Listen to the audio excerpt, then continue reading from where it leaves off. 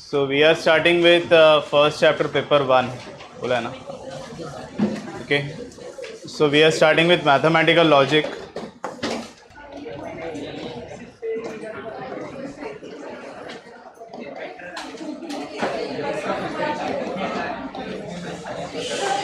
देखो अब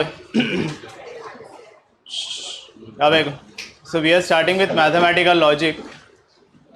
अब ये काफ़ी स्कोरिंग टॉपिक है एंड कंपैरेटिवली बाकी टॉपिक से मतलब इतना ही लेंथ का कोई और टॉपिक अगर देखो तो इससे कहीं ज़्यादा मार्किंग इसका है. Okay, so it is much easier than the remaining topics and it is also much more scoring also. Okay,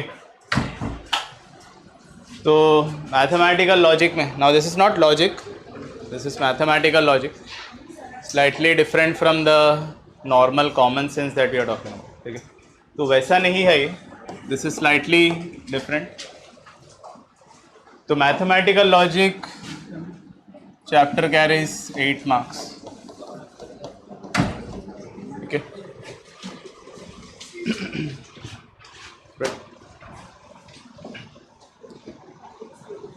देखो अभी सो mathematical logic chapter carries 8 marks. तो 8 मार्क के लिए जितना तुम लोग एफर्ट डालना है कंपैरेटिवली काफ़ी इजी है. ठीक है, 8 मार्क्स कोई छोटा बात भी नहीं है. ठीक है, 40 में से 8 मार्क मतलब दैट इज़ लाइक 20% ऑल्सो. ठीक है, पेपर 1 में से तो 40 में से 8 मार्क्स अगर तुम लोग इसमें से ले रहे हो तो obviously that is like 20% of paper 1. ठीक है, तो this is quite an easy topic, simple topic है. तो स्टार्ट करते हैं. तो सबसे पहले तो हम लोग को सीखना है about statement in logic. Okay,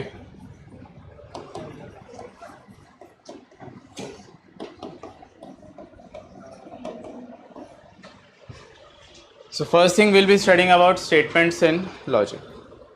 अभी what are statements in logic? Correct. तो why are we studying statements? Because mathematics में जब हम लोग कुछ करते हैं, कोई प्रूफ होगा, कोई थियरम होगा, they are all statements. And when we are reading a statement, उसमें से कुछ गिवन पार्ट है, कुछ प्रूव करना है, all that needs to make sense.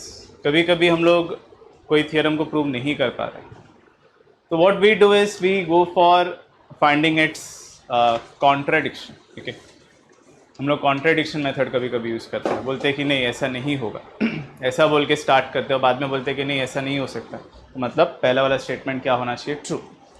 So all this type of logic, okay, all this type of logic is related to statements.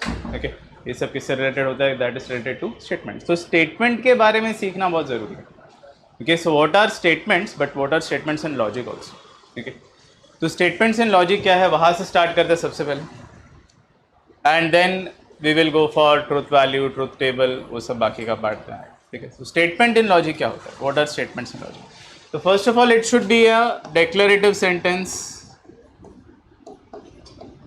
Okay, we should say that it should be a declarative sentence for which we should be able to predict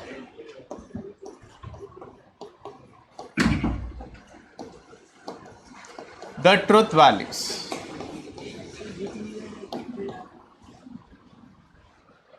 Okay, so it should be a declarative sentence for which we should be able to predict the truth value. Truth value मतलब true or false. Okay, तो declarative होना चाहिए और हम लोग को क्या predict करने आना चाहिए? That whether the statement is true और फॉल्स. ऐसा सेंटेंसेस को हम लोग बोलते हैं that they are statements in logic. तो मैं आ रहा क्या बोलो? ओके, तो स्टेटमेंट्स इन लॉजिक क्या होता है? They are declarative sentences and we should be able to predict the truth value. Statement should be either totally true or it should be totally false. Okay, so there is a law of excluded middles, मतलब true भी हो सकता है, false भी हो सकता है. ऐसा नहीं होना चाहिए. ट्रू है तो पूरी तरह से ट्रू है, वो यहाँ पे बोलो या कहीं पे और जाके बोलो. फॉल्स है तो पूरी तरह से फॉल्स है, वो यहाँ पे बोलो या कहीं पे और जाके बोलो. तो मैं आ क्या बोल रहा हूँ? So statement should be either totally true or it should be totally false. There should be no conditional statement, मतलब जो उसमें एक्स्ट्रा आना चाहिए. ओके तो ऐसे स्टेटमेंट्स को ही हम लोग क्या बोलते हैं, that they are statements in logic. Okay मतलब क्या, सपोज हम लोग ने कोई एक एग्जाम्पल के लिए लिया. For example we take a statement, suppose we say that Delhi is the capital of India. Okay, so Delhi is the capital of India. What do you think? Is this a statement in logic or not? क्या ये statement in logic है? लग रहा है ऐसे. Declarative sentence है. And we are able to predict the truth value. Correct. तो यहाँ पे this statement is true. And we can say yes, we are able to predict the truth value. Declarative sentence है तो yes, it is a statement in logic. Suppose हमने कोई और example लिया. Suppose we say that London is the capital of India. अगर ऐसे बोला. Okay.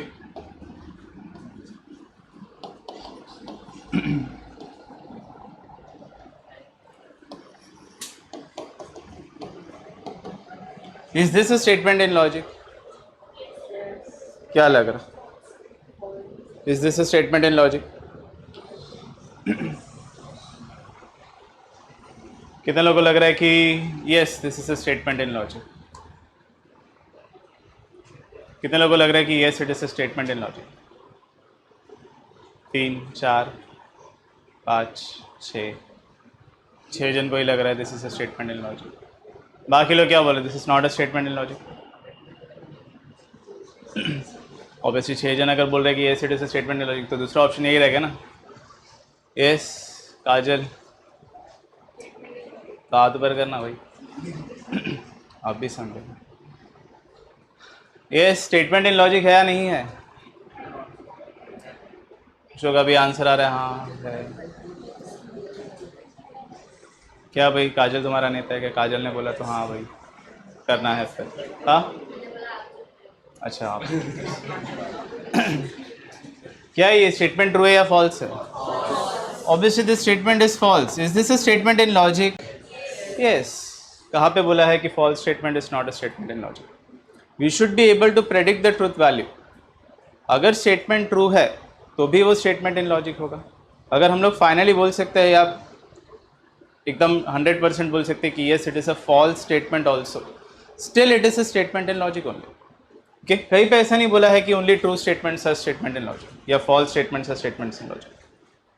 Okay तो statements in logic should be such statements which are complete sentences. पूरा statement complete है, हम लोग को उसका ट्रूथ वैल्यू प्रॉपरली प्रेडिक्ट करने आना चाहिए. Then we can say that it is a true state, मतलब it is a statement in logic. It should be either true और फॉल्स. ओके सपोज अगर उन्होंने स्टेटमेंट ऐसे कुछ लिखा. Okay suppose we write a statement like the sky is light blue in colour.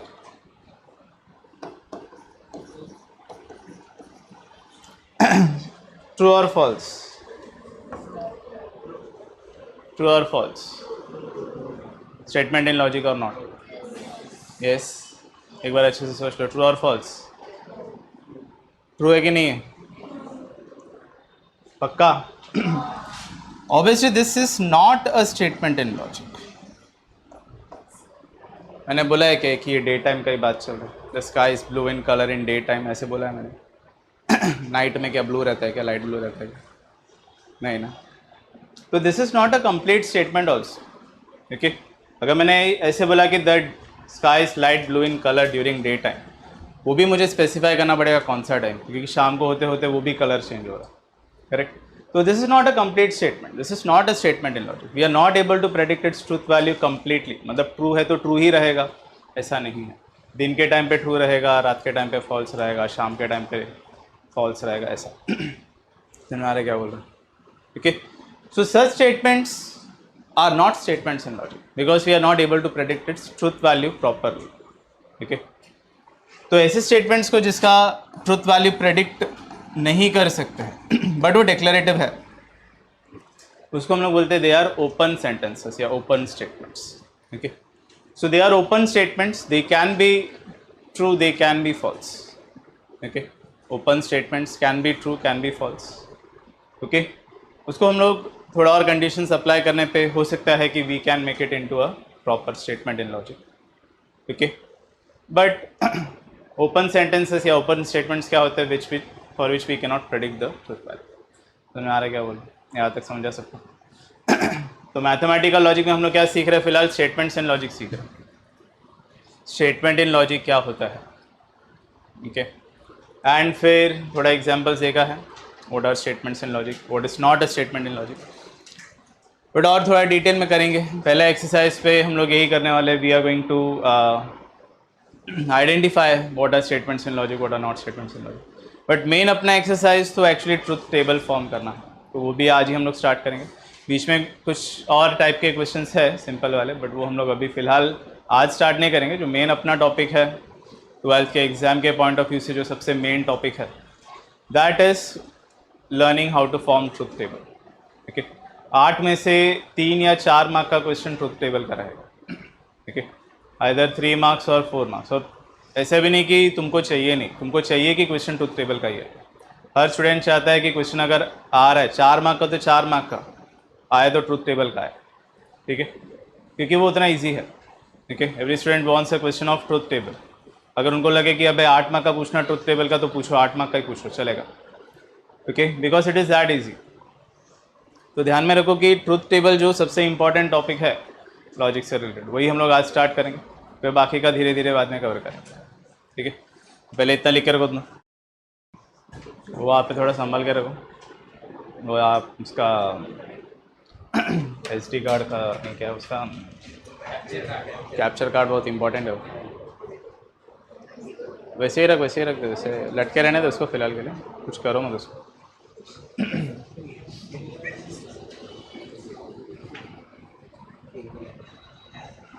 कर मत, आज सब तेरे को कैप्चर हो जाएगा दिमाग में। कैप्चर कार्ड सर पे लगा ना, सब कैप्चर हो गया।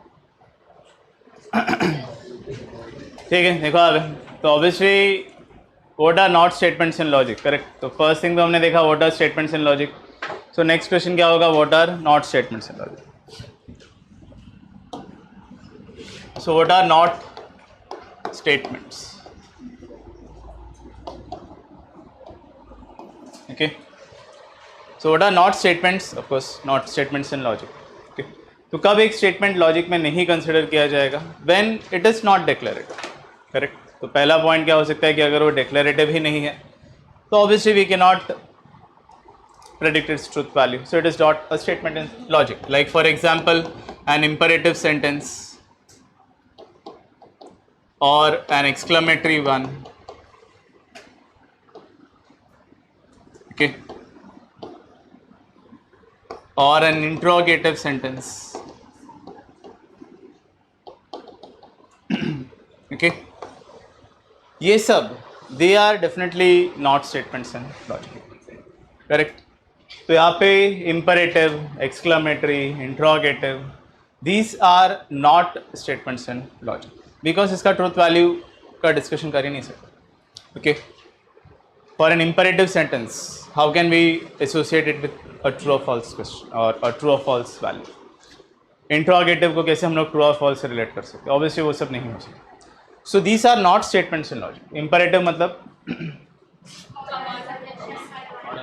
ऑर्डर, रिक्वेस्ट, ओके, ऐसे सब। इंट्रोगेटिव क्वेश्चन मार्क में ख़त्म होगा, एक्सक्लामेटरी एक्सक्लामेशन पे ख़त्म होगा, correct. So these are not statements which can be even associated to true और false values, so they are not statements in logic. इस सब के अलावा ऑब्वियसली एक और लास्ट है, that is the open sentence, okay, और open statements. So these are declarative sentences, but we cannot predict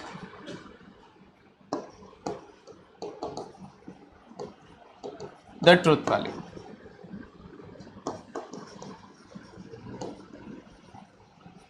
okay, तो ऐसे सेंटेंसेस को हम लोग क्या बोलते हैं, that they are open statements, they are declarative. जैसे मैंने पहले एक एग्जांपल दिया था। अगर मैंने बोला Sunday is a holiday, okay, a statement is like that, Sunday is a holiday, true और false,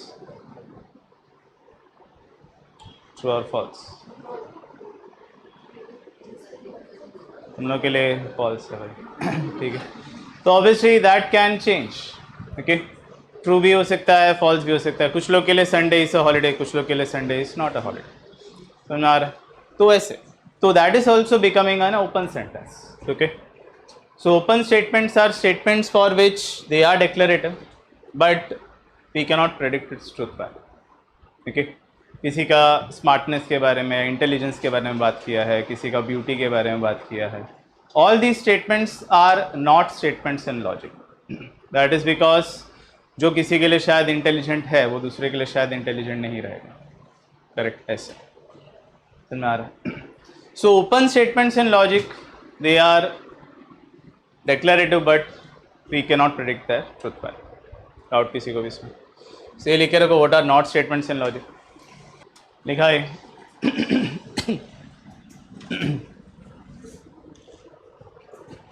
So this is about statements in logic and what are not statements in logic. Okay, so एक बार exercise देखो सब जन. Okay, so if you see the first exercise 1.1, उसमें से फिलहाल हम लोग एक ही क्वेश्चन कर रहे हैं. Okay,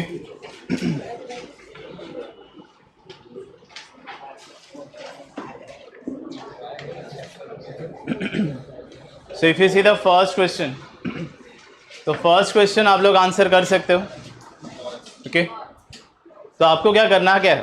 ओके, सो यार answer should be like yes it is a statement. अगर ये वो येस है तो आपको लिखना है ट्रू और फॉल्स. और हो सकता है कि आपका आंसर होगा no it is not a statement. तो अगर आपका आंसर नो है तो आप उसके साइड में लिखोगे रीज़न क्या. Okay, whether it is imperative, whether it is interrogative, exclamatory, or it is an open statement. So why you are saying that no, it is not a statement in logic? Okay, so नारे क्या बोलो? Okay, question कैसा होगा? You have to give an answer like whether it is a statement or not. तो yes, it is a statement. तो आप उसके side में लिखोगे उसका ट्रुथ वैल्यू क्या है. अगर आप बोलते हो no, it is not a statement, तो आप उसके साइड में लिखोगे रीज़न क्या है. Why are you saying that it's not a statement in logic? समझ आ रहा है सबको ये? ओके, तो देखो यहाँ पे फर्स्ट स्टेटमेंट क्या लिखा है वहाँ पे, 5 + 4 = 13. आंसर क्या होगा? Yes it is a statement but its truth value is false. 5 + 4 is not equal to 13. तो आपका आंसर कैसा होना चाहिए? फर्स्ट के फर्स्ट का you will say yes it is a statement but the truth value is false. समझ आ रही? ये आप नोटबुक में लिखो या टेक्स्ट बुक अगर आपका है तो टेक्स्ट बुक में आपके आंसर के बाजू में या स्टेटमेंट के बाजू में लिख के रखो. समझाए क्या बोल रहे हैं? So if you have your own text book तो आप उसी में लिखो. अगर आपके पास आपका टेक्स्ट बुक नहीं है तो आप नोटबुक में लिख के रखो. फर्स्ट क्वेश्चन का फर्स्ट का आंसर है yes but it is a false. सिर्फ आंसर लिखो, क्वेश्चन आपके पास बाद में कभी ना कभी तो टेक्स्ट बुक लोगे ना, तभी देख लेना. ठीक है. x - 3 = 14. ट्रू और फॉल्स? x - 3 = 14. क्या लग रहा है? Is it a statement in logic? Yes और नो? तो अगर ट्रू और फॉल्स तो it is not a statement. Okay, तो ऑब्वियसली इसका आंसर क्या है कि it is not a statement and the reason is that it is a open statement. Okay, so x - 3 = 14. अब ये हो भी सकता है ट्रू है, नहीं भी हो सकता है, वो x के ऊपर डिपेंड करता है. करेक्ट. तो therefore this is not a statement and the reason is it is a open statement. Close the door. Not a statement. Reason imperative. तो आप लिख के रखो नॉट अ स्टेटमेंट, ब्रैकेट में लिखो imperative. 0 is a complex number. 0 is a complex number. Statement है या नहीं है? स्टेटमेंट है. ट्रू है या फॉल्स है? ट्रू है या फॉल्स है? हाई, कितना क्या सोच रहे? 0 is a complex number. True और फॉल्स? ट्रू. कितने लोग बोल रहे हैं ट्रू है? जरा हाथ पर करो. एक ही जन बोल रहा है. कितने लोग बोल रहे हैं 0 is a complex number? True है? हाथ पर करो जरा. 2 जन. यस, ट्रू है भाई. क्या है? 0 + 0 i करके लिख सकते हैं ना हम लोग. ओके तो 0 is a complex number, 0 + 0i करके लिखा जा सकता है। उसका जो फर्स्ट ओरिजिन होता है कॉम्प्लेक्स नंबर में 0,0 उसको ऐसे लिखते हैं। तो yes it is a complex number. तो आंसर क्या होगा? Yes, and that statement is also true. Please get me breakfast. Not a statement, reason imperative. Congruent triangles are similar. Yes, it is a statement. True or false? True. Yes, क्योंकि similarity में तभी ratio क्या होगा उसका 1:1 होगा। Okay तो that is true. So congruent triangles are similar. x² = x. Not a statement. Depends upon the value of x. So it is an open statement. 8th वाले का answer, quadratic equation cannot have more than 2 roots. A quadratic equation cannot have more than 2 roots. True or false?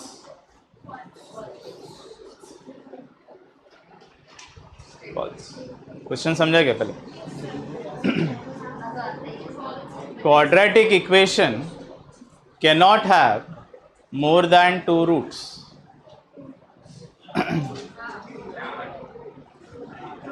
इतना भी समझ में आ रहा तो बोले इतना तो समझ में आ रहा है।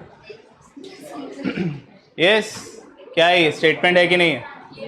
Yes it is a statement. एक क्वाड्रेटिक इक्वेशन का हाईएस्ट पावर x² होता है, तो ज़्यादा से ज़्यादा उसका 2 रूट ही होगा। उससे ज़्यादा रूट हो सकता है क्या? नहीं। So that statement is true. A quadratic equation cannot have more than 2 roots. That is true.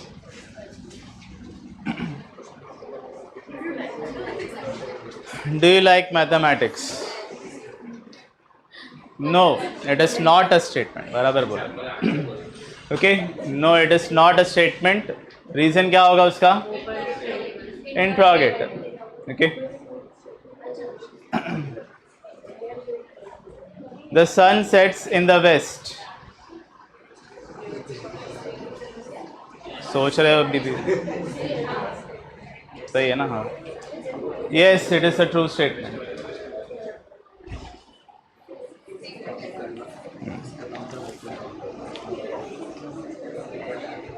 Next statement, all real numbers are whole numbers. All real numbers are whole numbers. Yes it is a statement. Is it true और false? False. All whole numbers are real numbers. सारे के सारे real number whole number नहीं होते, but सारे के सारे whole number real number होते। Next, x² - 6x - 7 = 0 when x = 7। अच्छा वो भी है। Can you speak in Marathi? No, it is not a statement, and reason is it is interrogative. x² - 6x - 7 = 0 when x = 7। क्या लग रहा है? x² - 6x - 7 = 0 when x = 7। x का वैल्यू 7 पे x² - 6x - 7 = 0 होगा। ट्रू और फॉल्स?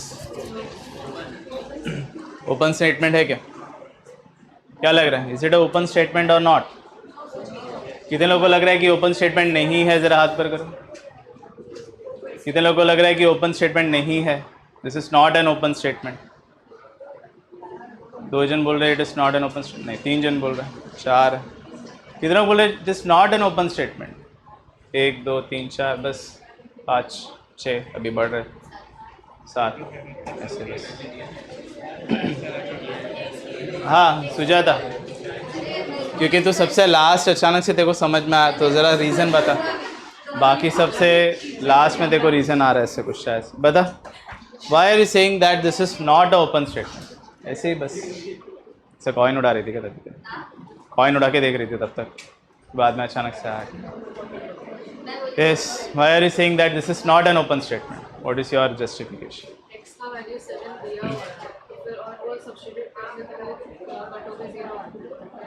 करेक्ट। x का value कुछ और सब्स्टिट्यूट करने नहीं बोला है, x का वैल्यू सिर्फ 7 सब्स्टिट्यूट करके चेक करने बोला है।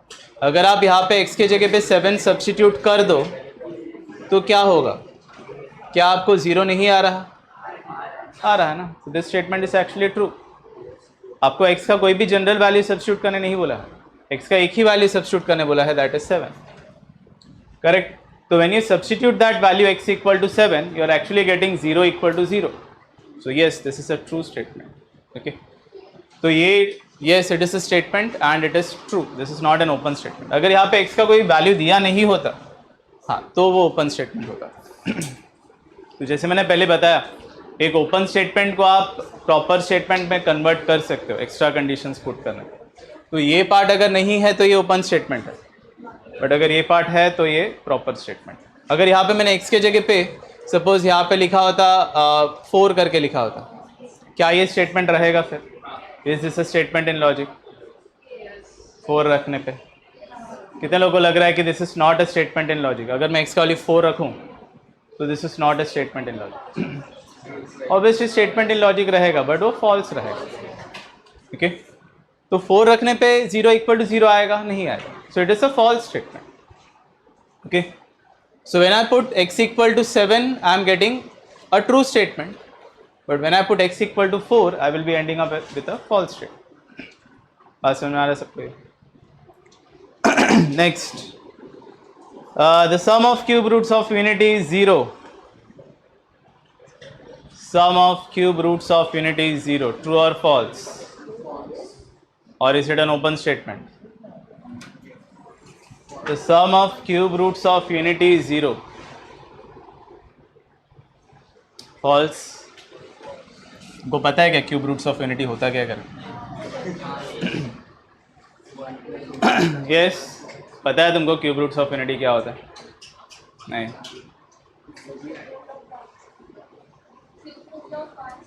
क्यूब रूट ऑफ 1 क्या होता है? Cube root of 1, cube root of 1 होता है 1 ओमेगा एंड ओमेगा स्क्वायर. अगर तुमको याद है, ऐसे तुमको कॉम्प्लेक्स नंबर में लास्ट पार्ट में सिखाया. So if we add this 1 plus omega square equal to क्या आता था? 0. तो बराबर है ना. The sum of cube roots of unity is 0. Okay, the sum of cube roots of unity is actually 0. True. Okay, so yes, it is a statement and it is true. Next, it rains heavily. Open statement. It is not a statement. Okay, so we cannot say like वो situation कैसा है. We don't know whether the situation is like ज़्यादा बारिश हो रहा है, नहीं हो रहा है. जो किसी को लग रहा है कि हाँ ये बहुत ज़्यादा बारिश है, हो सकता है दूसरों को लगता रहेगा नहीं ये तो नॉर्मल सा बारिश है. करेक्ट. तो it rains heavily is also dependent. Okay, यहाँ का बारिश अगर कोई फॉरेनर आके देखेगा जो मुंबई में होता है एक बुरी तरीके से, तो उन लोग शायद डर के भाग जाएंगे. हम लोग वहाँ पे जाएंगे, जो देखेंगे नॉर्मल सा बारिश हो रहा है, वो बोलेंगे अरे ये तो बहुत ज़्यादा बारिश है. हमको ये लगे ये क्या है नॉर्मल, हम लोग कैसे चले जाएंगे. तो that is a different thing. Okay, so it rains heavily is also something that is depending upon the perspective. So you cannot say that it is a proper statement also. It is not a statement and it is an open statement. सुना रहे सबको ये सब? Doubt किसी को भी? So ये तो हो गया हमारा statements के बारे में कि what are statements in logic and what are not statements in logic. अब अगला हमको क्या सीखना है? That is about connectives and compound statements. तो एक्चुअली वही एक्सरसाइज में आगे अगर आप देखो तो there are statements which are combined by using connectives like and, or, if, then, if and only if, etc. तो एक्चुअली हमको वही स्टडी करना है, बट हम लोग वो वाले क्वेश्चंस को 2, 3, 4, 5 वगैरह वो फिलहाल सॉल्व नहीं करेंगे. We will be actually learning the compound statements and learning how to form that truth table. Directly हम लोग ट्रुथ टेबल पहले करेंगे, फिर बाद में आके ये बाकी का पार्ट करेंगे. ठीक है, सो थोड़ा आपको ट्रुथ टेबल अच्छे से आइडिया रहेगा तो ये सब आपको बहुत सिंपल लगेगा. सो कुछ है नहीं, इतना डिफिकल्ट नहीं है. ठीक है, so let us understand compound statements.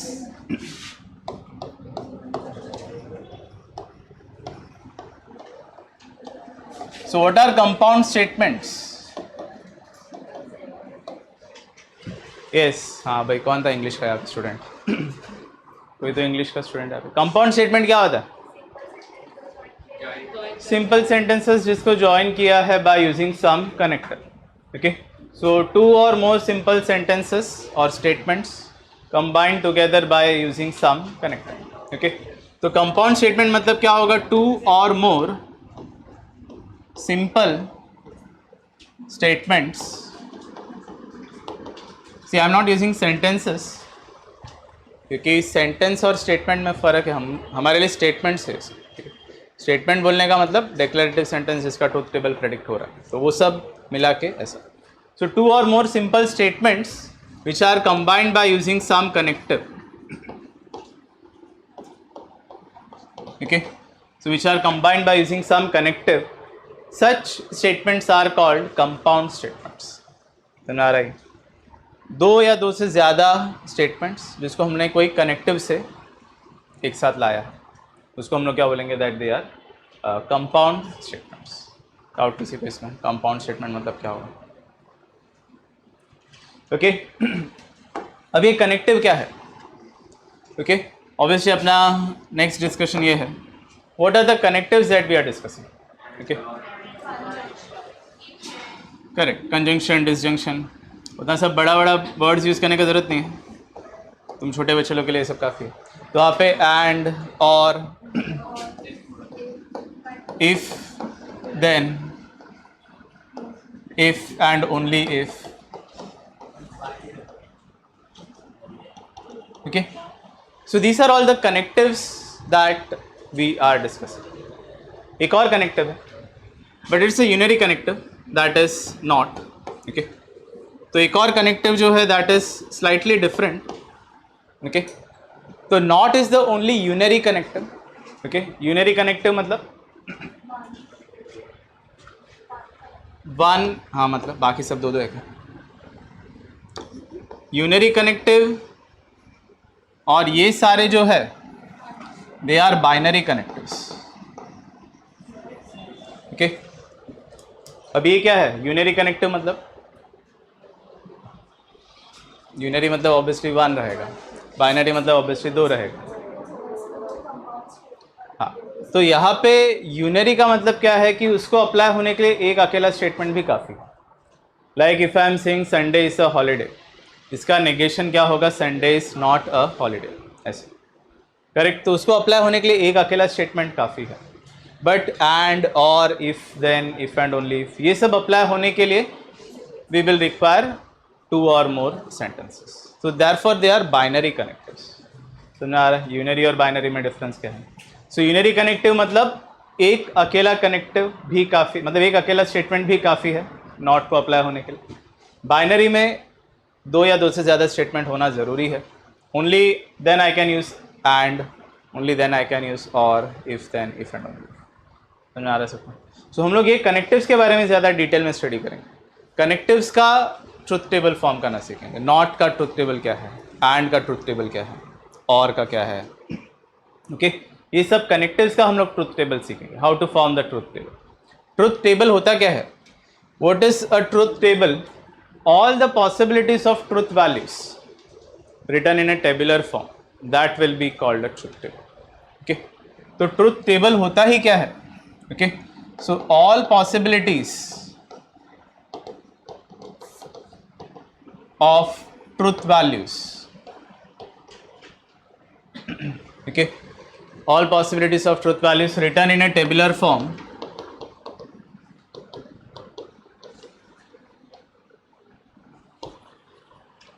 is called a truth table.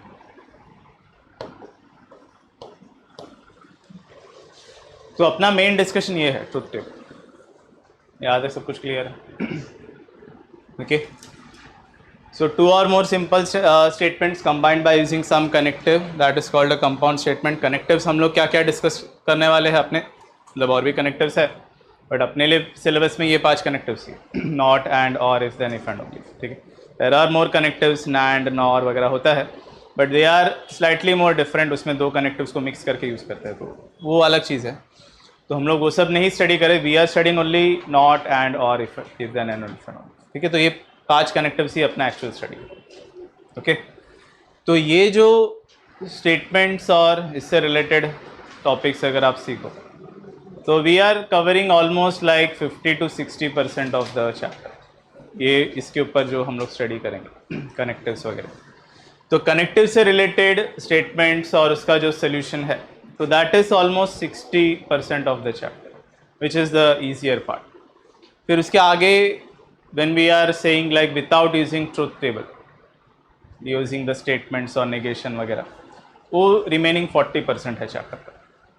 Okay, तो एक्चुअली यू कैन से कि 60% जो चैप्टर का है वो ट्रुथ टेबल से रिलेटेड है, बाकी जो है ट्रुथ टेबल से बिना रिलेटेड है।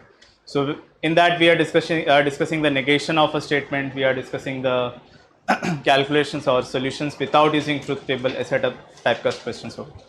तो वो थोड़ा ज़्यादा डिफ़िकल्ट पार्ट है, ये थोड़ा ज़्यादा ईजी पार्ट है। ठीक है, तो सबको ही चाहता है कि ट्रुथ टेबल के स्टेटमेंट्स ही या ट्रुथ टेबल के क्वेश्चन ही एग्जाम में आए, because they are that simple.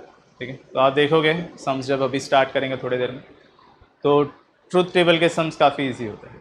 ठीक है, तो ये इतना लिखो कंपाउंड स्टेटमेंट के बारे में, कनेक्टिव्स क्या क्या है आपके, 5 कनेक्टिव्स क्या क्या है, एंड ट्रुथ टेबल क्या होता है।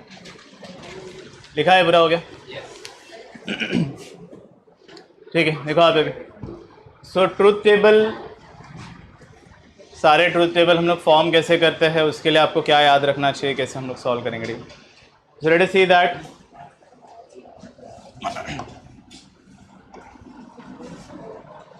so हर कनेक्टिव को रिलेटेड एक स्टेटमेंट है, आपको स्टेटमेंट याद रखना है। वो स्टेटमेंट याद रखोगे तो आपको सारे ट्रुथ टेबल्स फॉर्म करने आ जाएंगे। ठीक है, so for each connective you should be remembering some statements. Okay, तो हर कनेक्टिव का एक स्टेटमेंट आपको याद रखना है, और वो स्टेटमेंट आप याद रखो तो उसका ट्रुथ टेबल आप फॉर्म कर सकते हो। ठीक है, तो यहाँ पे अच्छा हाँ, कनेक्टिव में उसका सिंबलिक फॉर्म भी कुछ होता है। So first of all is negation या नॉट, मतलब उसका सिंबॉलिक फॉर्म क्या है, दैट इज दिस साइन। ठीक है, ऐसा रहेगा।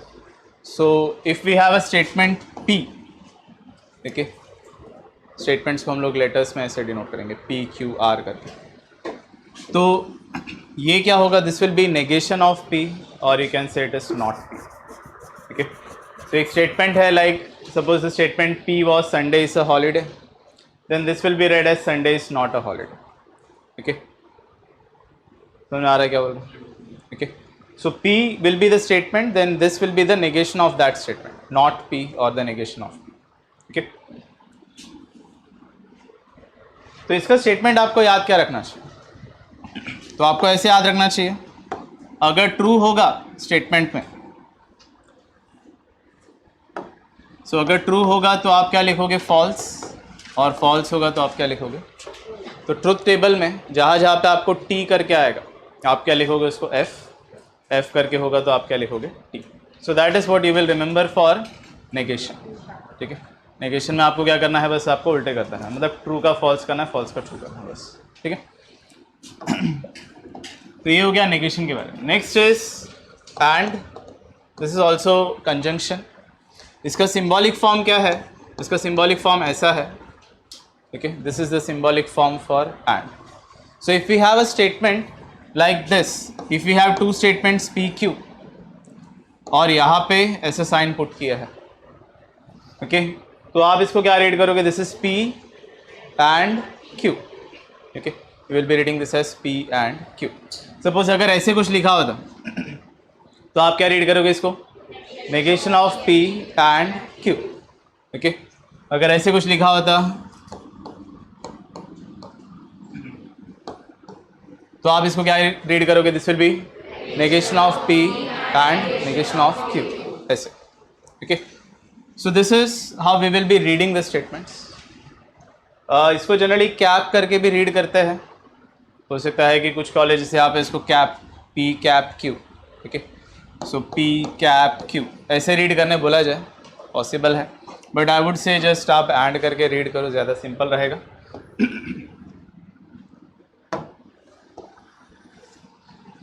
ओके, सो ये याद रखना भी सिंपल है आपको, ऐसा जो रहेगा this is the sign for and, और इसका उल्टा जो है that is the sign for or. तो ये और है, और का साइन क्या है वो ऐसा है, देखो, okay. So this is the sign for or, okay. इसके लिए आपको याद क्या रखना चाहिए, ओके। एंड का जब आप ट्रुथ टेबल फॉर्म करोगे तो आपको कैसे करना चाहिए? So if both are true then it is true, else it is false, okay. जहाँ पे दोनों स्टेटमेंट्स ट्रू होंगे वहीं पे वो आंसर क्या होगा? ट्रू होगा, else that statement is false, okay. Or के लिए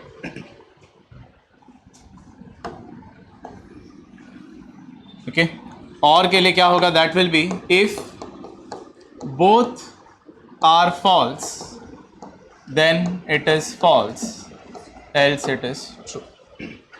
दोनों स्टेटमेंट्स जहाँ पे फॉल्स होंगे वहीं पे उसका आंसर पूरा स्टेटमेंट फॉल्स हो सकता है, else that statement will be considered true, okay.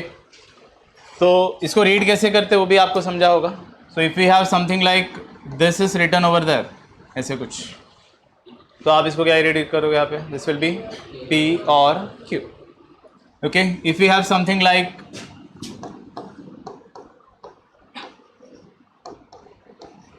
ऐसा कुछ लिखा है तो आप क्या रीड करोगे इसको? P एंड ऐसे, ठीक है। So P and negation of Q और R, ऐसे। So this is how we will be reading the statements. And को और को कंफ्यूज नहीं करना चाहिए। ये जो साइन है ये किसका है? ये, क्योंकि आप ऐसे करो तो ए हो जाता है, तो एंड का स्टेटमेंट है, ठीक है। सो ये एंड का कनेक्टिव है, और ऑब्वियसली दूसरा वाला क्या होगा? और का कनेक्टिव होगा। समझ आ रहा है?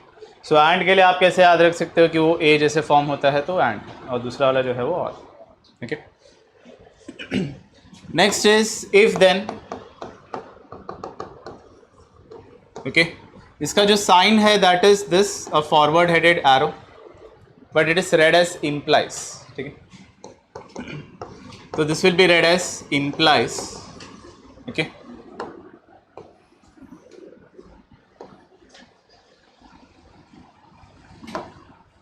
सो it will be read as implies, मतलब अगर ऐसे कुछ लिखा तो आपको क्या रीड करना चाहिए इसको? P implies Q, okay. अगर ऐसे कुछ लिखा क्या रीड करना चाहिए? Negation of P and Q implies R, ऐसे। So this is how we will be reading the statements, okay. सो इसमें अभी स्टेटमेंट आपको क्या याद रखना चाहिए? करेक्ट। तो जब हम लोग इम्प्लाइज का ट्रूथ टेबल फॉर्म कर रहे हैं तो कैसे स्टेटमेंट आएगा? So if first is true, okay, first true and second false, then false, else true. तो ये एक अकेला कंडीशनल स्टेटमेंट के जैसा है। यहाँ पे कैसा था? दोनों ट्रू रहेगा तो ट्रू, दोनों फॉल्स रहेगा तो। यहाँ पे ऐसा नहीं है, पहला ट्रू दूसरा फॉल्स तो ही फॉल्स, वरना क्या होगा? वो ट्रू होगा, ओके। पहला ट्रू और दूसरा फॉल्स पे ही क्या होगा? फॉल्स, वरना वो क्या होगा? True. So this is a order specific statement, okay. अगर पहला f है और दूसरा t है, ओके, पहला वैल्यू क्या है? f और दूसरा वैल्यू क्या है? t, तो क्या हमको फॉल्स लिखना चाहिए? नहीं, हमको तभी क्या लिखना चाहिए? ट्रू। पहला ट्रू और दूसरा फॉल्स ऐसा रहा तो ही आपको क्या लिखना है? फॉल्स।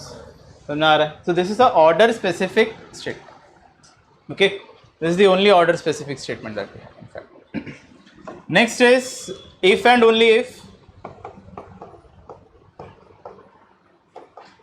ओके। इसका साइन क्या है? That is a double headed arrow which is read as double implies,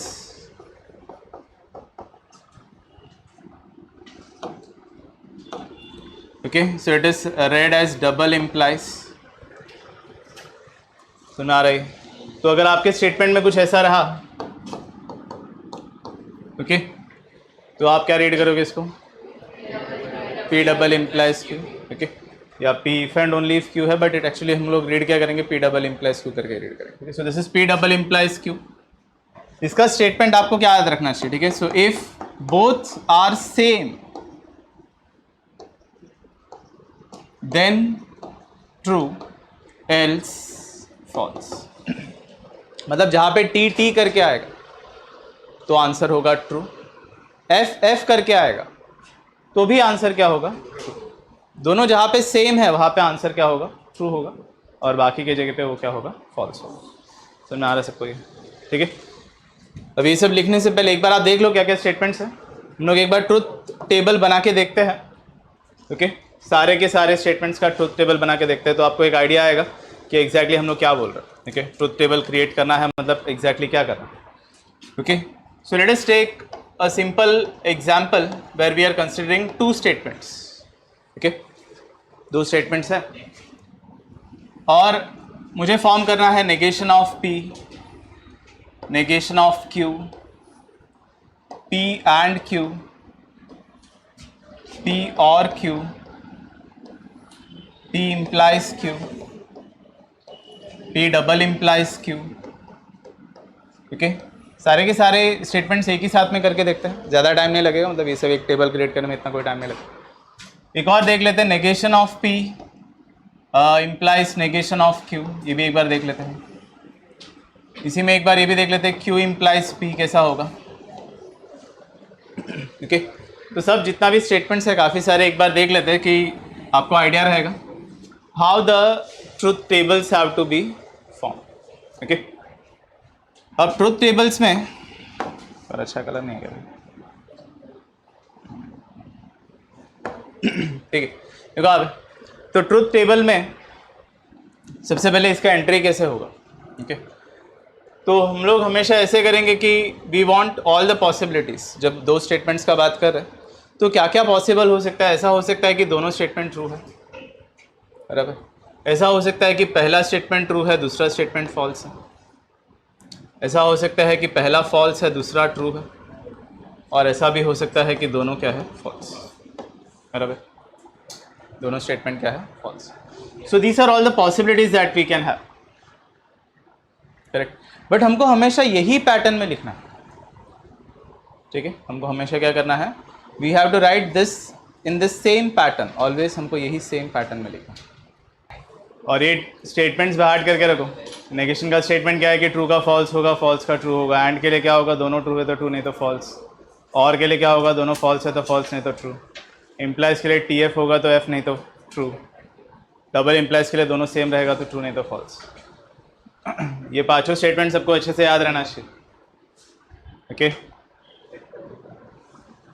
अभी जिस पैटर्न में आपको सिखा रहे हैं तो पढ़ते समय भी मतलब कभी ना कभी तुम लोग पढ़ाई स्टार्ट करोगे ना, कभी बोर्ड्स के लिए प्रिपेयर करना स्टार्ट, तो जब करोगे तो इसी पैटर्न में भी स्टार्ट करना। पहले आप लोग ट्रुथ टेबल्स का ये स्टेटमेंट्स वगैरह बाहर करना, फिर एक्सरसाइज 1.2 पहले सॉल्व करना, फिर 1.1 का 2 से आगे सॉल्व करना, ऐसा सब, ओके। तो जिस पैटर्न में आपको सिखा रहे उसी पैटर्न में आप भी प्रिपेयर भी करना, वो ज़्यादा आपको क्विकली कवर करने में हेल्प करेगा, ओके। जिनका हो गया लिखे वो स्टेटमेंट्स को बाहर करो, ऐसे ही बैठे मत रहो, तो बाहर करो स्टेटमेंट्स, बोल खड़ी रहे, बोल पाँच स्टेटमेंट्स कैसा है, तो फिर कर बैठ के रिवाइज। लिख के हो गया है तो एक बार पढ़ो वो सब स्टेटमेंट्स को बाहर करने। देखो नेगेशन के लिए क्या बोला है, ट्रू का फॉल्स होगा, फॉल्स का ट्रू होगा। एंड के लिए दोनों ट्रू होगा तो ट्रू, नहीं तो फॉल्स। और के लिए दोनों फॉल्स होगा तो फॉल्स, नहीं तो ट्रू। इम्प्लाइज के लिए टी एफ होगा तो एफ, नहीं तो ट्रू। डबल इम्प्लाइज के लिए दोनों सेम होगा तो ट्रू, नहीं तो फॉल्स, ऐसा। तो ना रही पढ़ो उसको अच्छे से, पांचों स्टेटमेंट्स को बाहर रखो हमेशा। देखो अभी सो लाइक आई सेड, यहाँ पे इस पे when we are forming the truth table, तो P के लिए क्या लिखा है, T T, F F, T F, T F, ये Q के लिए लिखा है। सो यहाँ पे नेगेशन ऑफ P, तो नेगेशन ऑफ P क्या होना चाहिए, जहाँ पे ट्रू है वहाँ पे फॉल्स लिखना है, जहाँ पे फॉल्स है वहाँ पे ट्रू लिखना है। सो यहाँ पे टी टी एफ एफ का नेगेशन क्या होगा, correct. Obviously that will be F F T T, ऐसा। नेगेशन ऑफ क्यू क्या होगा? So that will be F T P and Q क्या होगा? करेक्ट. तो एंड के लिए क्या बोला था? जहाँ पे दोनों ट्रू होगा वहाँ पे ही स्टेटमेंट क्या होगा? ट्रू.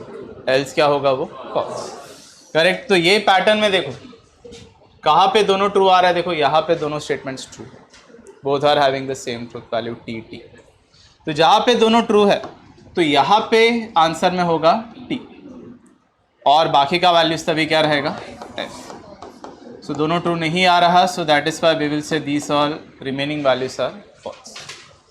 ठीक है. नेक्स्ट और के लिए क्या बोला है? If both are false then false. दोनों जहाँ पे फॉल्स है वहाँ पे फॉल्स होगा. चेक करके देखो दोनों फॉल्स कहाँ पे आ रहा है. देखो यहाँ पे दोनों फॉल्स आ रहा है. करेक्ट. तो मतलब यहाँ पे अगर दोनों फॉल्स आ रहा है तो इस जगह पे यहाँ पे this will become false. The remaining statements will remain true. T ऐसे. Okay. Next P implies Q. Implies के लिए क्या बोला था? First is true, second is false, then false else true. Check करो आप, पहला ट्रू दूसरा फॉल्स. क्या यहाँ पे ऐसा हो रहा है? क्या यहाँ पे पहला ट्रू दूसरा फॉल्स हो रहा है? यस. यहाँ पे ऐसा हो रहा है कि पहला स्टेटमेंट ट्रू है और दूसरा स्टेटमेंट फॉल्स. तो यहाँ पे ही हमारा आंसर क्या होगा? फॉल्स. बाकी जगह पे क्या होगा? ये ट्रू. सो यहाँ पे आके this will be false and the remaining truth values will be T. ऐसे. डाउट को यहाँ तक समझा रहा सब. डबल इम्प्लाइज के लिए डबल इम्प्लाइज के लिए क्या बोला है? सेम जहाँ पे होगा वहाँ पे ट्रू. चेक करो क्या यहाँ पे सेम है, यहाँ पे सेम है. तो ये दो जगह पे वैल्यूज ट्रूथ वैल्यूज सेम है. तो इसके लिए यहाँ पे होगा टी, यहाँ पे भी होगा टी. बाकी के वैल्यूज क्या होंगे? एफ. डाउट को याद है. नेक्स्ट अभी वहाँ पे देखते हैं negation of P implies negation of Q का बात किया. करेक्ट. तो negation of P implies negation of Q. So negation of P negation of Q इसका कॉलम देखना, पी क्यू का कॉलम नहीं. ठीक है. तो नेगेशन पी के लिए इम्प्लाइज के लिए क्या बोला था आपको याद रखने के लिए? करेक्ट. तो फर्स्ट ट्रू सेकंड फॉल्स. क्या यहाँ पे ऐसा आ रहा है? First true second false. क्या यहाँ पे ऐसा आ रहा है? क्या यहाँ पे ऐसा आ रहा है? First true second false. क्या यहाँ पे? बराबर. तो यहाँ पे ऐसा हो रहा है कि पहला ट्रू है और दूसरा क्या आ रहा है? फॉल्स. करेक्ट. तो पहला ट्रू दूसरा फॉल्स. तो इसके जगह पे हमको आंसर क्या लिखना चाहिए? This should be false and the remaining truth values obviously that will be T. So यहाँ पे टी ऐसे. Okay. Lastly Q implies P. Q implies P. So Q implies P. Correct. Check करके देखो पहला true दूसरा false. क्या यहाँ पे आ रहा है पहला ट्रू दूसरा फॉल्स? क्या यहाँ पे ऐसे आ रहा है पहला ट्रू दूसरा फॉल्स? नहीं, यहाँ पे भी पहला ट्रू दूसरा फॉल्स नहीं आ रहा क्योंकि पहला ट्रू तो ये है क्यू इम्प्लाइज पी. करेक्ट. तो आपको क्यू इम्प्लाइज पी करके देखना है. ठीक है. सो पहला ट्रू दूसरा फॉल्स वो यहाँ पे आ रहा है सबको.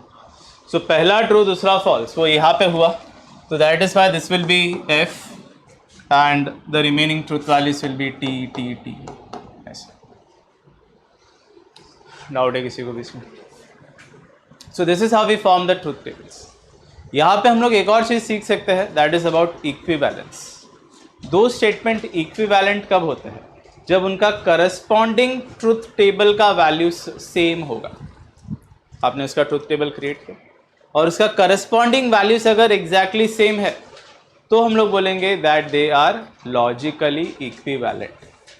ज़रा देखो ये एग्जाम्पल्स में ये जो स्टेटमेंट्स यहाँ पे दिया है इसमें से कौन सा स्टेटमेंट्स इक्विवेलेंट है? कौन सा दो स्टेटमेंट्स इक्विवेलेंट लग रहा है? Corresponding values should be true, मतलब सेम होना चाहिए. Corresponding values should be same. Correct. तो यहाँ पे अगर आप देखो तो ये दो स्टेटमेंट्स का करस्पॉन्डिंग वैल्यूज सेम है. जहाँ पे ये ट्रू है वहाँ पे, जहाँ पे ये ट्रू है वो यहाँ पे भी ट्रू है. True false true. Corresponding values sir से. ओके. ऐसा नहीं कि तीन ट्रू और एक फॉल्स आ गया तो सेम हो, ऐसा नहीं. करस्पॉन्डिंग वैल्यूज जहाँ पे ये ट्रू है वहाँ पे ये भी ट्रू है, जहाँ पे ये ट्रू है वहाँ पे ये भी ट्रू है. फॉल्स है तो फॉल्स.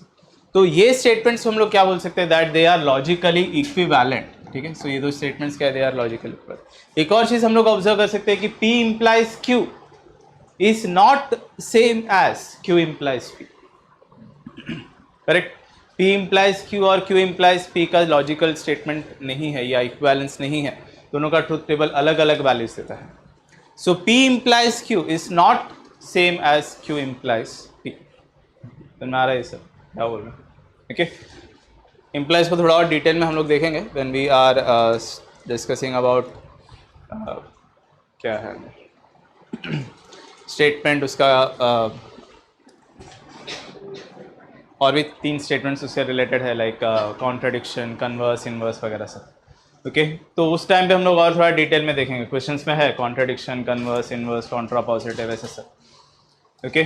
तो वो सब टाइप के सम्स में हम लोग देखेंगे, converse, inverse, Contra positive type के सम्स में अभी फ़िलहाल। लेकिन जस्ट मैंने बता के रखा है कि ये एक्चुअली उसका कन्वर्स है, ओके, ये उसका इनवर्स है, और एक और स्टेटमेंट है कॉन्ट्रा पॉजिटिव, तो वो उसमें कुछ इक्विवेलेंस है, कुछ रिलेशन है जो आपको ध्यान में रखना है, ओके। तो पहले आप इतना लिख के रखो, सारे ट्रूथ टेबल्स, मतलब सारे के सारे स्टेटमेंट्स का एक ट्रूथ टेबल बना के, ओके।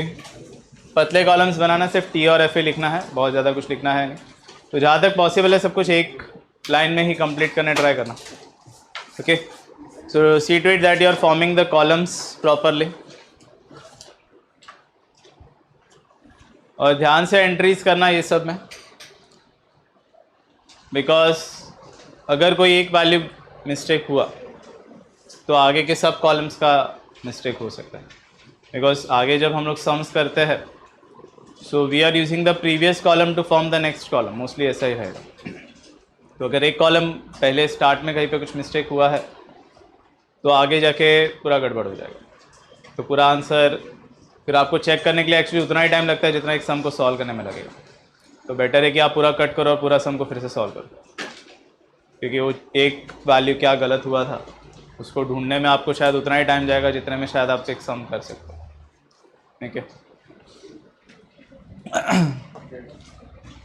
हाँ, वैसे ये आप लिखो, साइड बाय साइड में मैं एक और चीज़ एक्सप्लेन करता हूँ कि यहाँ पे अगर हम लोगों ने ऑर्डर चेंज करके लिखा होता suppose, okay, then are we going to get a different answer? For some statements yes, like for example if I am solving for P implies Q, देखो यहाँ पे TF, यहाँ पे आपको आएगा F, बाकी सब आएगा T, जबकि यहाँ पे कैसा हो रहा था TF, देखो TF TT आ रहा था, बट यहाँ पे F इधर फॉर्म होगा। तो क्या आपको इसके लिए मार्क्स मिलना चाहिए? एक्चुअली आपको मार्क्स मिलना चाहिए, बट मिलने का चांस बहुत कम है, okay. That is because mostly teachers को यहाँ पे वो पार्ट को चेक नहीं करेगा, ओके, कि आपने स्टार्ट में अरेंजमेंट क्या लिखा था।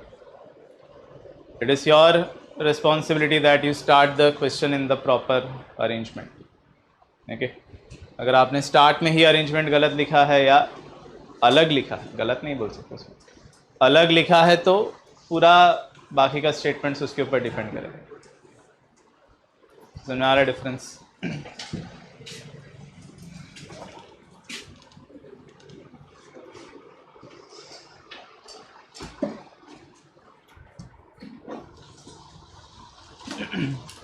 तो पहले भी जब मैं पेपर करेक्शन कर रहा था कुछ 1-2 साल के लिए, जब मैंने किया था बोर्ड का पेपर करेक्ट, तो उस टाइम पे मैंने ये देखा था, ओके, हमारे जो मॉडरेटर थी तो she use to take our help also. हम लोग को बोलते थे कि थोड़ा पेपर्स आप लोग चेक करना, जस्ट एक गो थ्रू करना, कुछ मिस्टेक्स तो नहीं करेक्शन में, मतलब टीचर ने करेक्ट किया बट मार्क्स नहीं डाला है या कम डाला है या कुछ रहेगा तो एक बार गो थ्रू करो।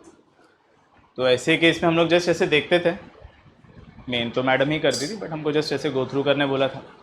तो उसमें एक बहुत कॉमन चीज़ ये दिखता था कि स्टूडेंट्स ने पैटर्न स्टार्ट में ही गलत लिखा है और टीचर ने उसको मार्क्स नहीं दिया, मतलब एक भी मार्क नहीं दिया, 0 सीधा, क्योंकि स्टेटमेंट का स्टार्ट का पैटर्न अलग लिखा हुआ है, तो आगे का पूरा कॉलम्स अलग दिखता है फिर, ठीक है। तो एक भी कॉलम के लिए मार्क्स नहीं दिया था उसको। तो ऐसा बहुत कॉमन चीज़ है ये। So see to it that you are forming the truth table in a proper manner.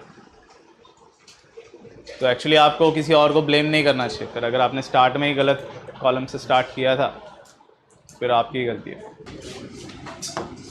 देखो आप एक्सरसाइज 1.2।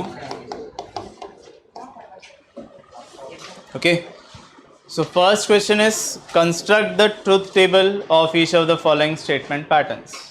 ओके, तो स्टेटमेंट पैटर्न है, आपको उसका ट्रुथ टेबल को कंस्ट्रक्ट करना है। So what is the first question? First part, उसमें से सब question. So it is P implies Q and Q implies P, ऐसा आपका दिया हुआ स्टेटमेंट है। ओके, तो जैसे ब्रैकेट्स दिया है वैसे आपको एक एक कॉलम्स फॉर्म करना है। पहले वाले एक कॉलम को आप नेक्स्ट वाले कॉलम को फॉर्म करने के लिए यूज़ करोगे। That is how the truth table will be created. ठीक है, तो जब भी आप ट्रुथ टेबल का सम करोगे तो पहले आप क्या देखो कि आपका बेसिक स्टेटमेंट्स कितना है। ठीक है, सबसे पहले आप क्या देखोगे कि उसका बेसिक स्टेटमेंट्स कितना है। कितना बेसिक स्टेटमेंट्स है यहाँ पे? 2 basic statements, that is P Q। Okay, मतलब जितना लेटर है उतना बेसिक स्टेटमेंट रहेगा। अगर यहाँ पे नेगेशन P नेगेशन Q सब होता तो कितना बेसिक स्टेटमेंट होता? तो भी 2 ही बेसिक स्टेटमेंट। ठीक है, अगर यहाँ पे इस पे नेगेशन है, इस पे नेगेशन है, ये सब ये होता, still there would have been only 2 basic statements. बाकी सब उसका नेगेशन और उसी का फॉर्म्स है। ठीक है, so there are only 2 statements P Q। अगर एक और लेटर होता P Q R तो कितना बेसिक स्टेटमेंट हो गया? ये 3 बेसिक स्टेटमेंट। उसका ट्रुथ टेबल थोड़ा अलग है। ठीक है, वो मैं बताऊँगा, अभी फिलहाल 2 का करें। ठीक है, तो 2 बेसिक स्टेटमेंट रहा तो कैसे सॉल्व करना है? तो ऑब्वियसली यहाँ पे P Q आपका कॉलम्स ऐसे फॉर्म होगा। इसके अंदर आप क्या लिखोगे? Obviously this will be T T F F। यहाँ पे आप लिखोगे T F T F। ठीक है, तो ये तो हो गया P Q आपका 2 बेसिक स्टेटमेंट है, इसमें 4 रो होगा, ऐसा टाइप का सम है। अब पहला कॉलम आप किसका फॉर्म करोगे? P implies Q। तो आप पहला कॉलम फॉर्म करोगे for P implies Q। Next column आप किसका फॉर्म करोगे? P implies Q and Q। तो अगला कॉलम आप किसका फॉर्म करने वाले हो? That is of P implies Q and Q। तो अगला कॉलम फॉर्म करने के लिए आपको देखो जो आपके पास ऑलरेडी है, अगर वो नहीं होगा तो आपको कॉलम फॉर्म करना पड़ेगा। अगर यहाँ पे नेगेशन होता तो मैं नेक्स्ट कॉलम किसका फॉर्म करता था? नेगेशन Q का, फिर मैं P implies Q and negation Q का कॉलम फॉर्म करता। जो नहीं है आप एक एक करके फॉर्म करोगे, फिर उसके बाद में आप उसको लिखो। करेक्ट। नेक्स्ट, इसका नेक्स्ट कॉलम आप क्या फॉर्म करोगे? That will B this implies P। So P implies Q and Q implies P। So this is how you will form the table। ये जो लास्ट कॉलम है ये हमारा answer. Okay, construct the truth table of the following statement pattern. तो यहाँ पे जो truth values आएंगे that will be your final answer. ठीक है, तो स्टार्ट करते हैं। P implies Q। P implies Q। implies के लिए क्या स्टेटमेंट बोला था? First true, second false, then false. नाश्ता नहीं किया क्या सबने? नहीं किया। बोलो ज़रा जोर से, क्या है बोला था उनको? First true, second false, then false, then true. तो कितना मज़ा नहीं आ रहा। आदर्श तो बोला नहीं शायद से। आदर्श खड़े रहे,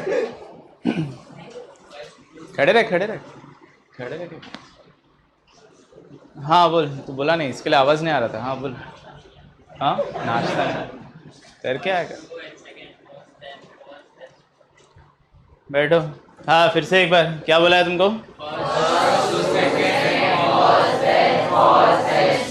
सो यहाँ पे फर्स्ट टू सेकेंड फॉल्स कहाँ पे आ रहा है? देखो यहाँ पे आ रहा है first true second false. Correct. तो यहाँ पे आपको आएगा F। Rest of the values will be T T T। Okay, now P implies Q and Q।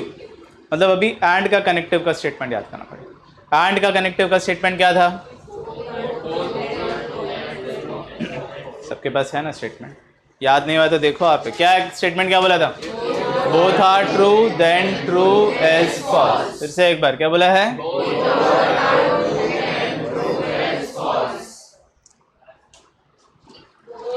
एक मिनट, फिर से एक बार, क्या है? इफ बोथ आर तो चेक करके देखो, ये और ये कॉलम देख रहा हूँ, ठीक है, P implies Q and Q। Check करके देखो कहाँ पे बोथ आर ट्रू आ रहा है। देखो अच्छे से, यहाँ पे भी आ रहा है, यहाँ पे भी आ रहा है, करेक्ट।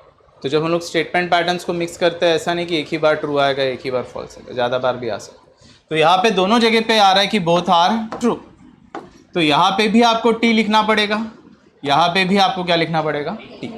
बाकी के वैल्यूज क्या होंगे, एल्स फॉल्स। तो F डाउट को यहाँ तक। अब ये स्टेटमेंट इम्प्लाइज P करना है, ठीक है। So this statement implies P, correct. Implies के लिए क्या बोला था,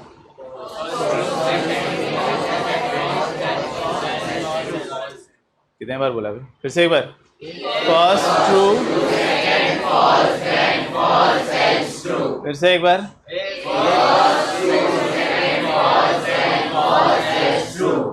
तो यहाँ पे पहला ट्रू है, दूसरा फॉल्स है। आ रहा है कैसा, पहला ट्रू है दूसरा फॉल्स है, पहला ट्रू है दूसरा फॉल्स है, हाँ, ऐसा हुआ ही। तो दिस इज F। बाकी सो बाकी का क्या रहेगा, सो बाकी कहीं पे ऐसे नहीं हो रहा फर्स्ट टू सेकंड फॉल्स आते हुए। सो दिस इज TTFT। सो ये आपका फाइनल ट्रूथ टेबल है। समझ में आ रहा है सबको कैसे ट्रूथ टेबल फॉर्म करते हैं, कॉलम्स कैसे फॉर्म करते हैं, ब्रैकेट्स को देखो प्रॉपरली एक एक करके कॉलम्स फॉर्म करते हैं। डाउट किसी को भी इसमें, देखो पहले इसको देखो। अब नेक्स्ट वाला क्वेश्चन, सेकंड क्वेश्चन क्या लिखा हुआ उसमें, P and negation Q double implies P implies Q, बराबर। सो ये अपना नेक्स्ट क्वेश्चन है, P and negation Q double implies P implies Q, ठीक है। तो यहाँ पे कितना बेसिक स्टेटमेंट्स कितना है, दो बेसिक स्टेटमेंट है। सो PQ। नेक्स्ट क्या कॉलम बनाना चाहिए मुझे, नेगेशन ऑफ Q का कॉलम मुझे नेक्स्ट बनाना चाहिए, करेक्ट। तो ही मैं P and negation of Q form कर सकता हूँ।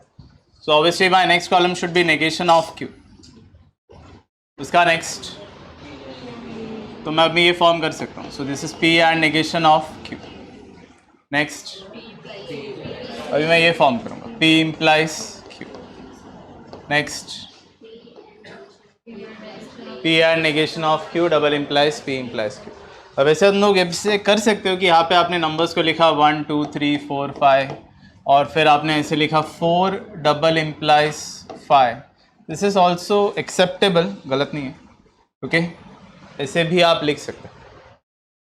अभी आप बाद में देखोगे थोड़े टाइम के बाद में 8-9 कॉलम्स का क्वेश्चंस बनेगा। तो 8 या 9 कॉलम के टाइम पे आप सब कुछ पूरा स्टेटमेंट लिख के नहीं कर सकते। So we will have to write numbers, ठीक है। तो यहाँ पे भी मैं ऐसे ही जस्ट लिख के बता रहा हूँ। Question is P and negation of Q implies P implies Q। सो ये जो है यहाँ पे कॉलम नंबर 4 में फॉर्म हुआ है, ये कॉलम 5 में फॉर्म हुआ है, बीच में क्या साइन है, double implies. So that is why I am saying 4 double implies 5, okay. तो वही है, सेम है, ठीक है। स्टार्ट करते हैं। तो यहाँ पे क्या होगा, दिस इज TTFF और यहाँ पे क्या होगा, दिस इज TFTF, बराबर। नेगेशन ऑफ Q क्या लिखना चाहिए, नेगेशन ऑफ Q क्या होगा, करेक्ट। तो मतलब क्या होगा, FTFT, ठीक है। P and negation of Q, negation of Q के लिए क्या स्टेटमेंट याद रखने बोला, तो एंड के लिए क्या स्टेटमेंट याद रखने बोला था,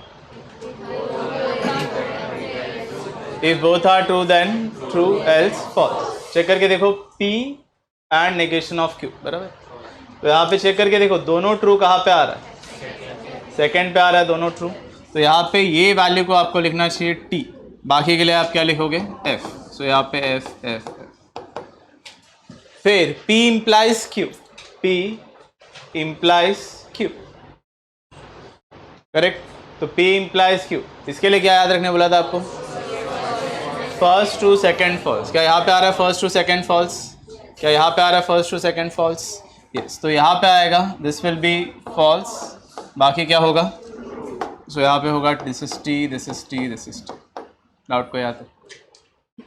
अभी ये दोनों कॉलम्स का हमको क्या करना है, डबल इम्प्लाइज करना है। डबल इम्प्लाइज के लिए क्या स्टेटमेंट याद रखने बोला था, if both are if both are same then else, बराबर। तो क्या यहाँ पे दोनों सेम है? यहाँ पे, यहाँ पे, यहाँ पे, मतलब सब क्या होगा? फॉल्स। तो सारे के सारे वैल्यूज क्या आने वाले हैं? फॉल्स आने वाले, कोई भी ट्रू नहीं आया। So this is F F F F. ऐसे स्टेटमेंट्स जिसका सभी ट्रुथ वैल्यूज फॉल्स आता है, so they are called, okay, so all values are coming out to be false. सो ऐसी स्टेटमेंट्स को हम लोग बोलते हैं दे आर कॉन्ट्राडिक्शन, ओके, इसको हम लोग क्या बोलते हैं? They are contradiction. All true आया, ओके, सारे के वैल्यूज अगर ट्रू आता है, मतलब टी टी टी टी ऐसा कुछ आया, so such a statement pattern is called a tautology. And अगर मिक्स आया, जैसे पहले वाले सम में आ रहा था, so that is called a contingency.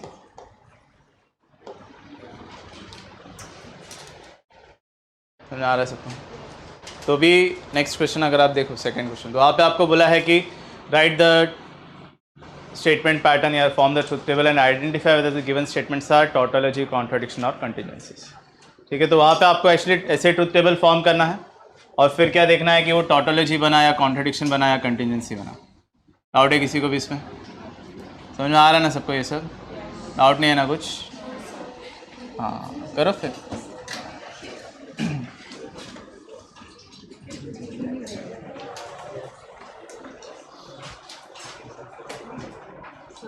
हाँ, बंद कर। हाँ पे वो बोल रही पंखा चाहिए, तू बोल रही पंखा नहीं चाहिए। तुम लोग रेफर करो स्टेटमेंट्स में, तुमको क्या लिख के दिया है, पास्ट स्टेटमेंट्स क्या है उसको देखो, चलेगा। डिस्कस मत करो कि क्या करना है क्या नहीं करना है।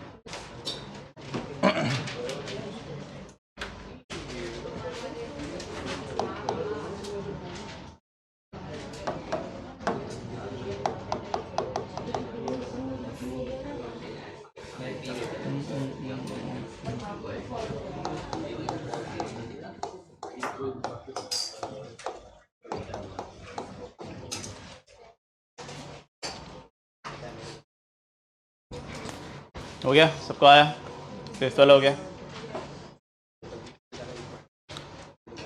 ऑल वैल्यूज आर फॉल्स, ऐसा आएगा।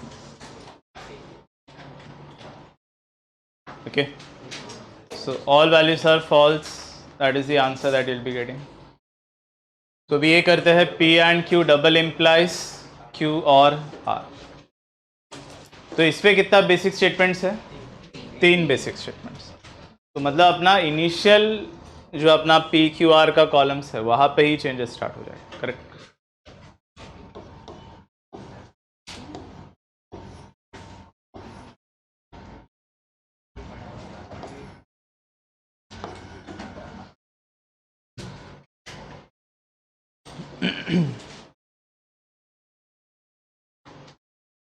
मेरे पीछे आया आंसर फिफ्थ का? करो जल्दी से जिनका नहीं हुआ फिफ्थ वाला क्वेश्चन, रुके हम लोग। ठीक है, देखो आप अभी सब जन, तो अगर नहीं हुआ फिफ्थ वाला क्वेश्चन, ओके, घर पे कंप्लीट करना उसको। सो यहाँ पे this is P Q R करके बोला है। अब सोच के देखो, जब आप 3 स्टेटमेंट्स का बात करो तो क्या क्या पॉसिबिलिटी आएगा उसमें? सोच के बताओ क्या क्या पॉसिबिलिटी आएगा? सब ट्रू हो सकता है, बराबर। और क्या हो सकता है? सब फॉल्स हो सकता है, ठीक है। और क्या हो सकता है? 2 ट्रू 1 फॉल्स होगा, बराबर। तो this will be T T F, this will be T F T, बराबर। F T T ऐसा भी हो सकता है। और क्या हो सकता है? 2 फॉल्स, एक ट्रू 2 फॉल्स हो सकता है। ऐसा हो सकता है कि फॉल्स ट्रू फॉल्स हो और एक है फॉल्स फॉल्स ट्रू हो, ऐसा sir.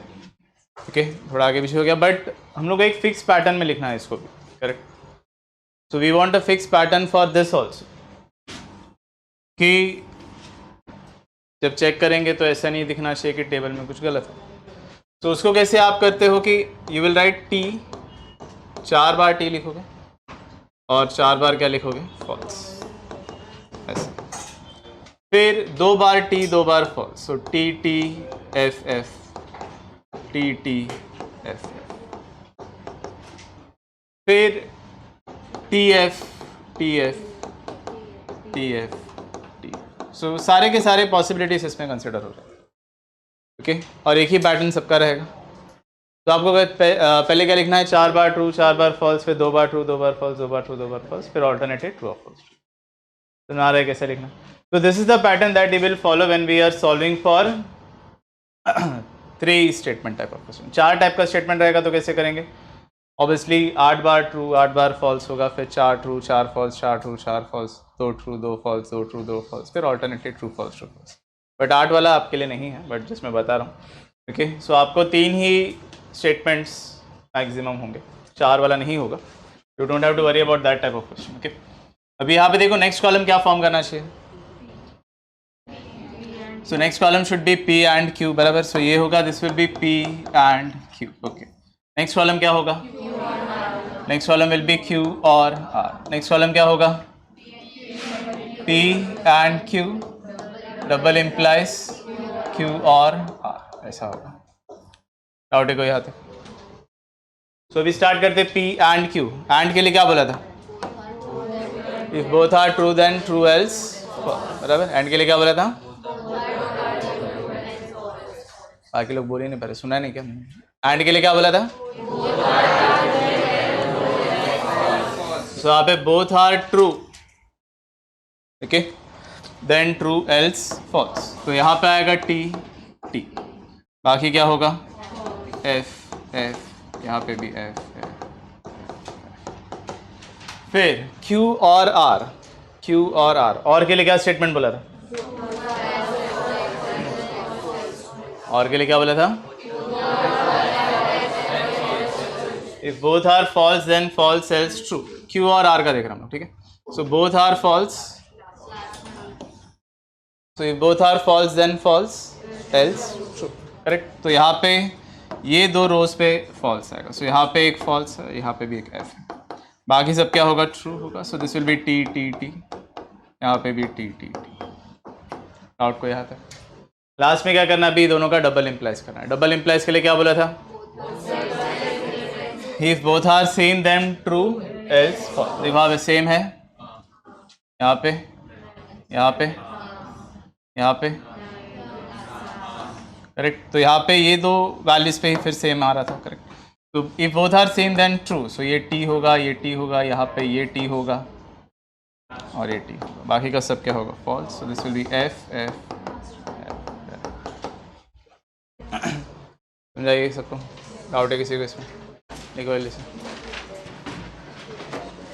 So forming truth table is comparatively much more easier. समझ में आ रहेगा तुमको कि काफ़ी ईजी होता है, ओके।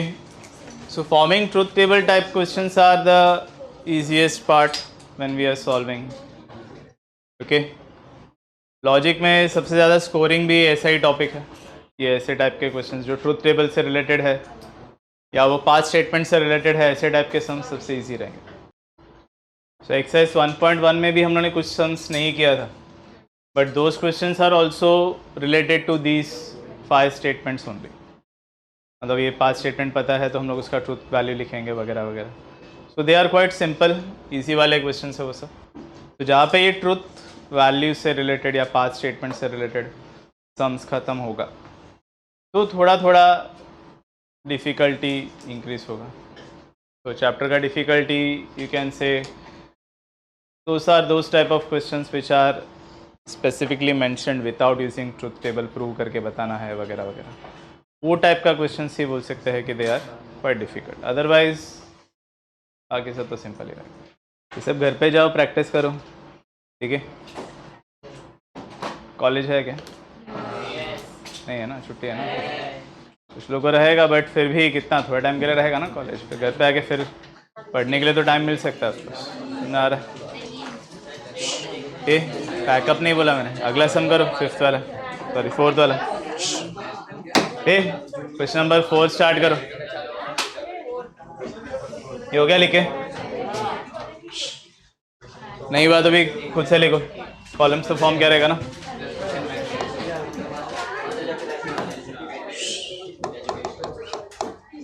फोर्थ वाला सम स्टार्ट करो। क्वेश्चन क्या लिखा है? It is P implies negation of Q R R, ऐसा लिखा। So P implies negation of Q and are.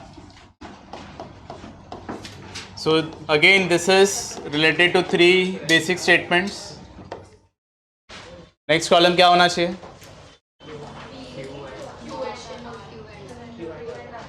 पहले Q and R करोगे आप, फिर उसका अगला कॉलम उसका नेगेशन होगा। So negation of Q and R, फिर उसका आप P के साथ इम्प्लाइज सॉल्व करोगे। So P implies negation of Q and R, समझाइए। सो क्यू एंड आर फॉर्म करने के बाद में उसका नेगेशन करना, मतलब जहाँ पे भी ट्रू है वहाँ पे फॉल्स लिखना, फॉल्स है तो वहाँ पे ट्रू लिखना। ओके, स्टार्ट करो इसको।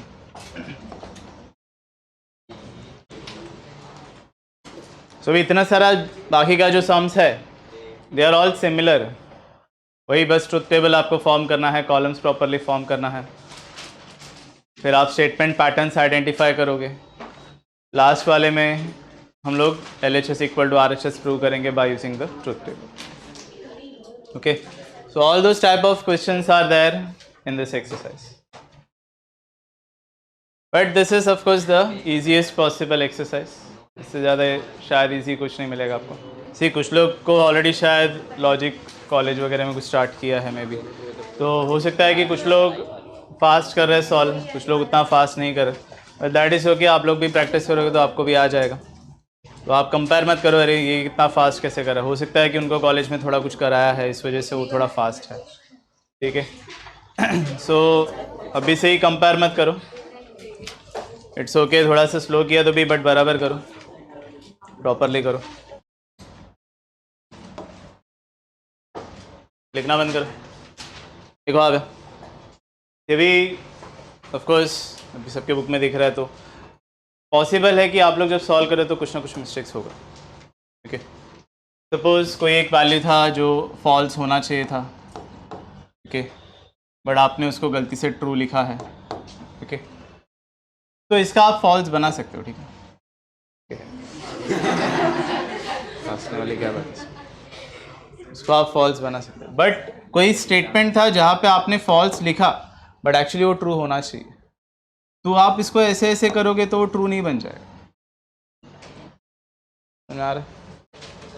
तो कट करने का बाजू में, ऐसे अगर आपने ऐसे ऐसे ऐसे ऐसे करके फिर ऐसे ऐसे किया, उससे बेटर है कि आप कट करो और बाजू में लिखो उसको प्रॉपरली। समझ आ रहा है? तो ट्रू का आप एक बार फॉल्स बना सकते हो, फिर भी एक बार हो सकता है, बट फॉल्स का ट्रू कर रहे हो तो कट करो, बाजू में प्रॉपरली लिखो, वो ज़्यादा बेटर रहेगा। ओवर राइटिंग करने से कोई मतलब नहीं है, वो फॉल्स ही काउंट होगा।